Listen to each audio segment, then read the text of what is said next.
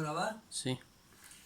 Bien, en esta situación nueva vamos a transmitir un poco cómo surge en nuestra pedagogía la expresión.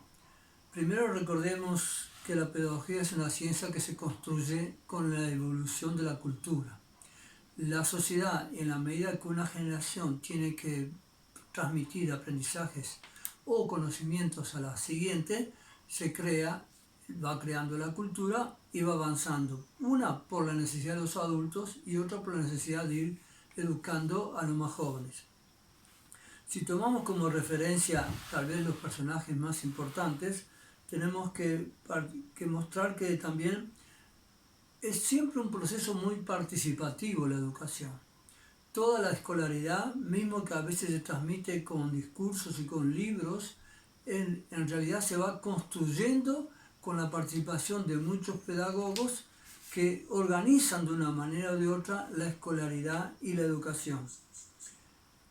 Es ciertamente también, no podemos negar que nuestra intención es mostrar por qué la evolución nos lleva hoy en día a buscar una nueva pedagogía donde el niño esté más contento, más alegre, con más movimiento que la tradicional donde funcionó en base a la didáctica y a la memoria. La visión de la pedagogía como problema sociocultural ya es muy clara, inclusive en lo que fue con Rousseau, que llevó y escribió su libro con Emilio a través del paseo en la naturaleza. Es decir, que estaba íntimamente relacionado el ser humano y el proceso de la naturaleza. Y Rousseau construyó una pedagogía donde descubrió que el niño es bueno y tiene mucho que aprender, pero la sociedad tiene sus trampas o tiene sus problemas y entonces muchas veces hay una conflictiva entre el adulto y el niño. Después la escolarización se organiza donde el dominio del adulto sobre el niño es muy grande e importante. Y estamos hoy en día frente a una realidad donde que todos los niños tienen que aprender y al tener que aprender todos los niños hay que rever la relación adulto-niño y el porqué de la dependencia del niño al adulto cuando en realidad el proceso se fija en el sujeto que aprende. Y vamos a tomar como eje de discusión ciertos personajes. No hay duda que uno de los primeros de ellos es el problema de pensar en Comenius.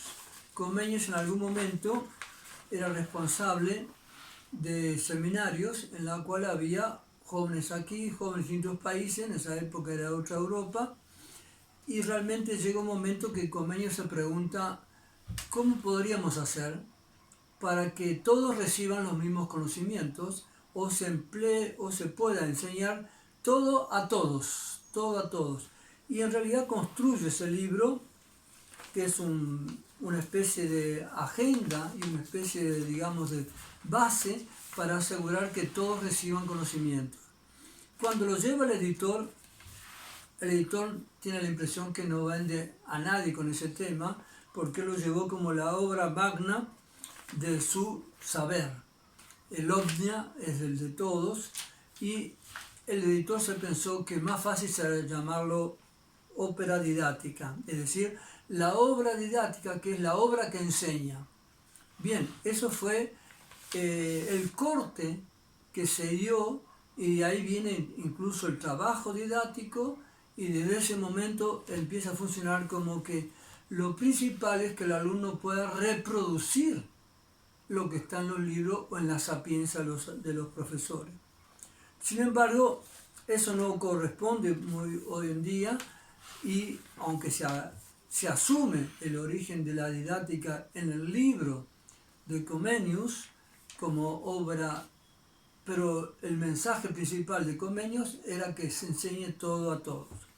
Bien, luego tenemos otra persona que partió de Francia, y René Descartes era una persona que realmente se puso a reflexionar y se puso a dudar de lo que piensa, lo que ve y lo que observa, y de cómo clasificar todo eso. Así fue que Descartes, que fue, si pienso, lo único que estoy seguro es que tengo un cerebro para pensar, se puso a buscar los 4 fundamentos de toda metodología. Y el primero es no admitir nada que no sea evidente. Y hoy en día todavía seguimos con una ciencia que se construye sobre los 4 principios de Descartes. La evidencia. Luego es si la evidencia y el problema no es lo mismo, o sea que la evidencia son de algunos aspectos y el problema es mayor, habrá que subdividir la dificultad de la investigación en tantos elementos como sean necesarios para poder analizarlos en profundidad. Bien, entonces la primera es no admitir nada que no sea evidente. El segundo término de la metodología de Descartes es analizar las partes. Pero si analizamos las partes de un todo, en algún momento hay que globalizarlo y hacer la síntesis. Entonces tenemos el verificar las partes, el analizarlo, y ahora tenemos la síntesis que hace la globalidad, y queda todavía una cuarta fase, que es comprender cómo funciona la globalidad y el todo. Y ahí tenemos el principio metodológico que todavía hoy es vigente para construir la ciencia y que todavía hoy es vigente para construir toda hipótesis, toda tesis. Son las 4 reglas del método Descartes. Bien, continuamos entonces con la creación de la pedagogía, y es un proceso que tenemos varios pensadores, varios filósofos, hombres que buscaban la ciencia, hombres que buscaban la educación, y así tenemos que como hubo un Comenius, también hubo un Descartes, pero aparece un Rousseau. ¿Quién es Rousseau?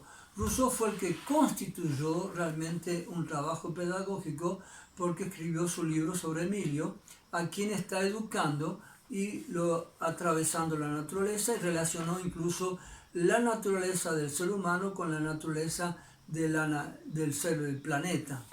Y realmente, en realidad, la ciencia se fue construyendo como un lenguaje entre la vida y el medio ambiente que vivimos.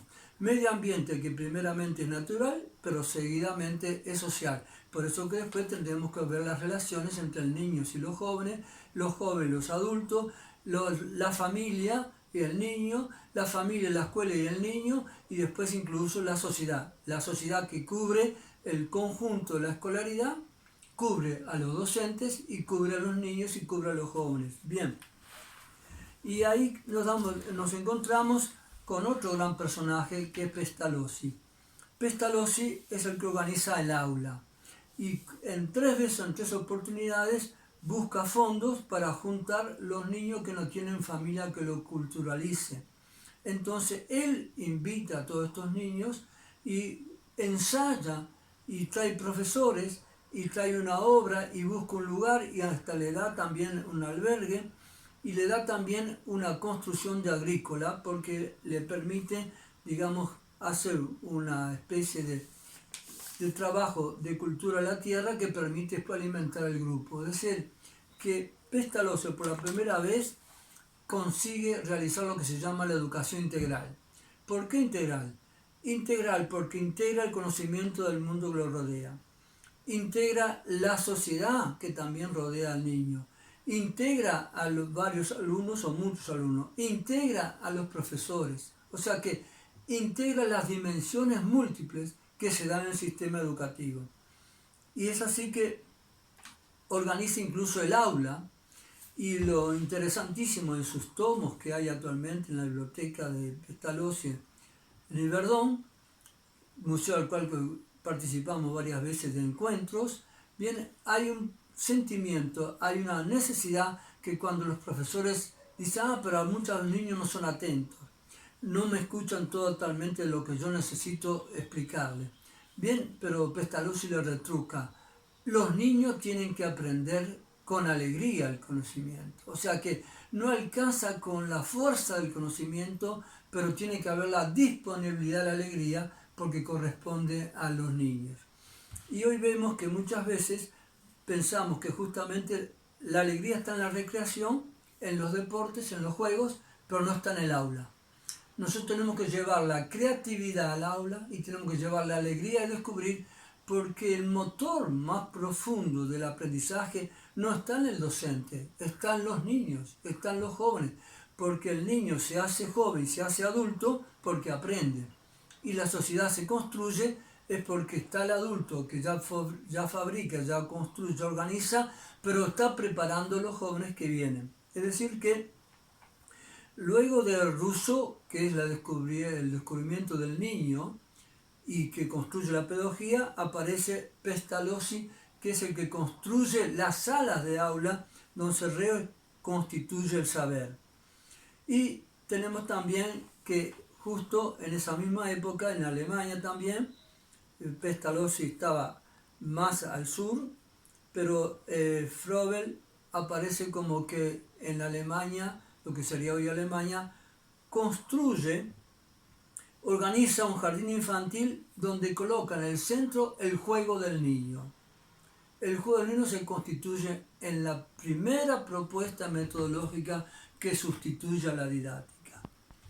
Y posteriormente se encuentra en el mismo lugar, en la misma región, digamos, de Europa, la confluencia de von Humboldt. ¿Y quién es von Humboldt?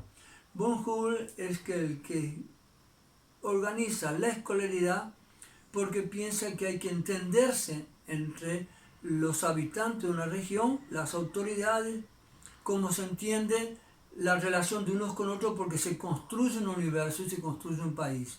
Entonces aparece la personalidad de von Humboldt, tiene una capacidad de instituye la escuela, instituye la enseñanza secundaria y también instituye la universidad. Eso es fabuloso porque en distintos momentos construye lo que son las instituciones que dan cabida a la educación. Todo partiendo, y por eso que hoy la primacía está en el lenguaje, partiendo de que su funcionalidad, su especialidad, siendo justamente alguien que conoce el lenguaje, le da prioridad en la escolaridad al lenguaje. Y de todas maneras vemos que en la escolaridad está el lenguaje y las matemáticas como las dos materias fundamentales del proceso escolar primaria y secundaria. Bien, aquí llegamos entonces a otro momento de la sociedad. Hasta ahí fue casi central de Europa y luego llegamos a un planteamiento que supera esas regiones y tenemos que ver, por ejemplo, que también hay otros científicos, y acá hablemos de Darwin, que comprende en su viaje que hace desde Inglaterra por todo el mar Atlántico y el océano, y recorre y acumula animales y recurre a insectos y descubre que existe una evolución permanente, que los seres vivos se adaptan al medio ambiente. Se adaptan porque ellos mismos necesitan nutrirse del medio ambiente o porque ellos mismos pueden sobrevivir en unos medio ambientes mejor que en otros. Y entonces evoluciona el medio ambiente. Es decir que Darwin es el que trae que toda educación y cultura corresponde justamente al proceso por el cual se asegura la vida. Y es también entonces el evolucionismo, no está solo enfrente, está inserto en nosotros mismos, y de la misma manera que evolucionan las sociedades, evolucionan las instituciones y evoluciona el ser humano. Bien, y luego encontramos también que en algún momento se pensó que aprender era aislarse de la vida y quedarse compenetrado en los libros, compenetrado en el escuchar, compenetrado en el entender. Sin embargo, aparece que la emoción es parte de lo que somos nosotros y que la emoción es lo que tal vez puede permitir que nosotros tengamos una adecuación al entendimiento. Si comprendemos al ser humano en tres aspectos, uno que es el hacer, y es con el cual se caracteriza que va construyendo el universo, o que va construyendo su sociedad encima del universo del planeta, pero tenemos también lo que piensa, pero quien une el hacer con el pensar es las emociones. Entonces tenemos allí que Dilthey propone que las emociones son parte del aprendizaje, como que las emociones son lo que facilita el aprendizaje. Por eso que cuando la escuela se hace árida, y no hay emoción, es como si hay una rigidez mental también.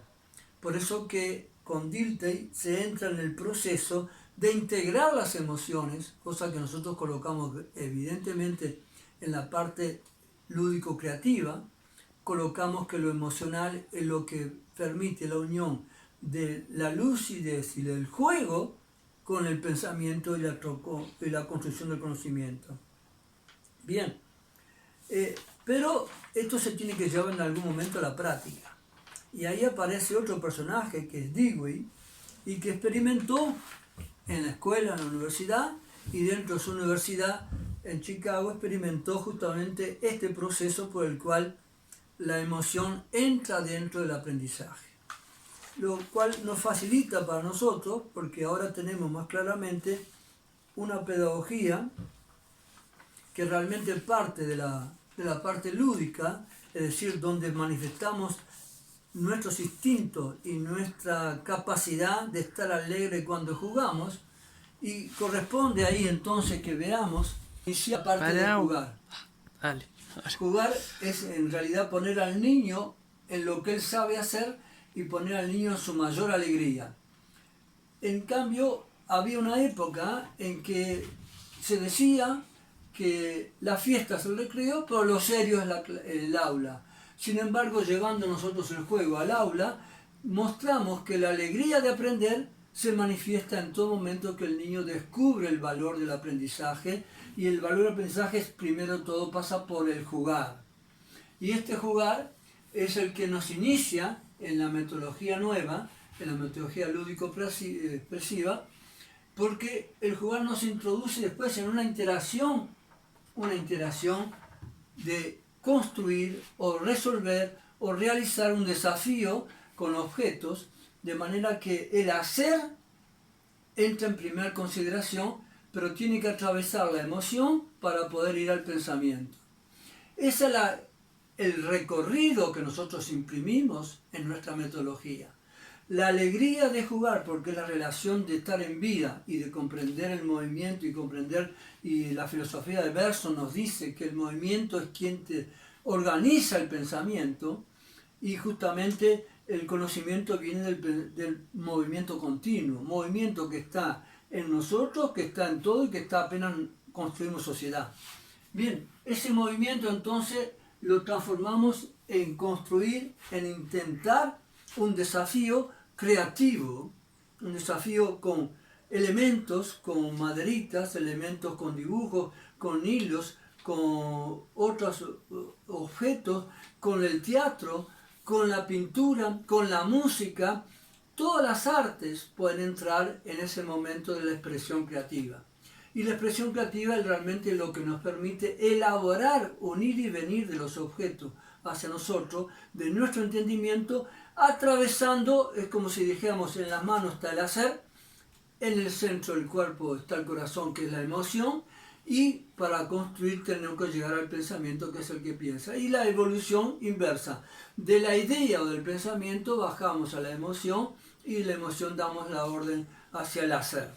Ese circuito del hacer hasta el pensamiento, y el pensamiento pasando por la emoción al hacer, es lo que nos caracteriza como metodología ludo-creativa.